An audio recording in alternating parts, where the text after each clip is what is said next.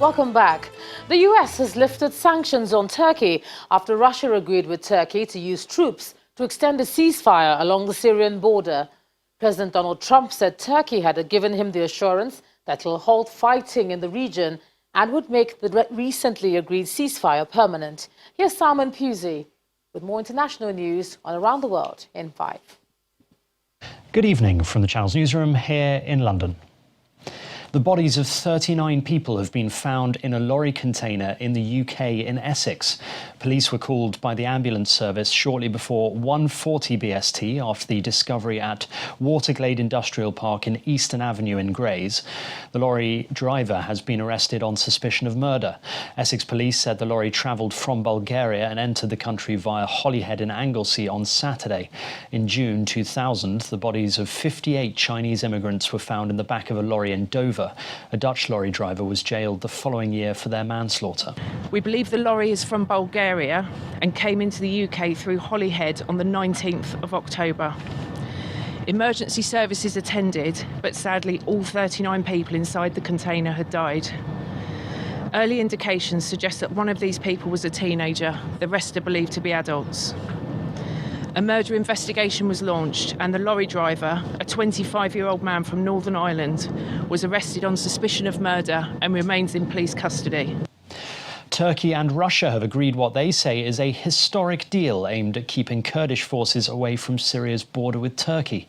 The deal was announced after 6 hours of talks between Russian President Vladimir Putin and Turkey's leader Recep Tayyip Erdogan in the Black Sea resort of Sochi.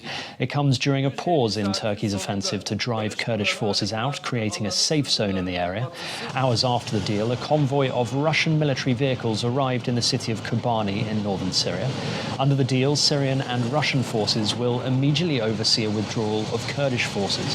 The deal sets out plans for joint Turkish-Russian patrols along the border next week. Meanwhile, Russian President Vladimir Putin congratulated Ethiopian Prime Minister Abiy Ahmed on winning the 2019 Nobel Peace Prize. During their meeting on the sidelines of the Russia-Africa summit in Sochi on Wednesday, the Russian leader said it was a worthy tribute to the Prime Minister's efforts in resolving the border conflict between Ethiopia and Eritrea. The two leaders also vowed to strengthen economic ties and cooperation between Russia and Ethiopia. The Santiago offices of multinational utility company Enel caught fire on Friday amid massive protests in Chile over recent fare hikes that shut down the capital's city metro stations. Videos showed people watching as firefighters battled a blaze which tore through the emergency staircases on the building's facade. The fire could be seen across the city. Enel Chile said in a statement that an unknown group had attacked the corporate building, specifically the emergency staircases. Frustrations over the high cost of living in the Chilean capital city came to a boil after the government announced hikes on October the 6th by as much as $1.17 for a peak metro ride, blaming higher energy costs and a weaker peso. A top US diplomat says President Trump made the release of military aid to Ukraine conditional on a pledge that a political rival would be investigated. Ambassador Bill Taylor, seen here leaving the impeachment inquiry, said he was told Mr. Trump wanted Ukraine to probe ex-Vice President Joe Biden's dealings. Mr. Taylor said relations with Ukraine had been fundamentally undermined as a result. President Trump insists there has been no such deal or exchange of favors in Ukraine policy. A body has been found and 4 people are missing in flooding that has hit parts of northeastern Spain. Catalonia suffered its second period of torrential rain in 2 months. Streams became raging torrents and a 70-year-old man who tried to move his car was swept away. His body was found on a beach hours later. A woman and her son were inside a mobile bungalow when the river Francoli burst its banks and washed it away. Flash floods in northern Italy also left 2 people dead on Tuesday, and roads in the south of France were blocked as rivers burst their banks. Hong Kong's legislature has formally withdrawn a controversial extradition bill that has sparked months of unrest. The bill, which would have allowed for criminal suspects to be extradited to mainland China, prompted outrage when it was introduced in April. It was earlier completely withdrawn in a largely empty legislature. The protests have continued with regular demonstrations which have spiraled into a wider pro-democracy movement. And finally, a group of Brazilian army soldiers have put down their guns and hit the beaches outside the city of Recife for a sticky mission. They're helping to clean up some of the oily sludge that has been spoiling the pristine coastline for the past 2 months. Soldiers sifted through sand looking for the thick petroleum sludge that has been mysteriously washing up on beaches in Brazil. Brazil's government said it had collected more than 600 tons of oil from its northeastern beaches since mid-September. And that's your international news around the world in 5. Thanks a lot, Simon. Let's take a look at some sports news. Here's Ayotunde Balogun.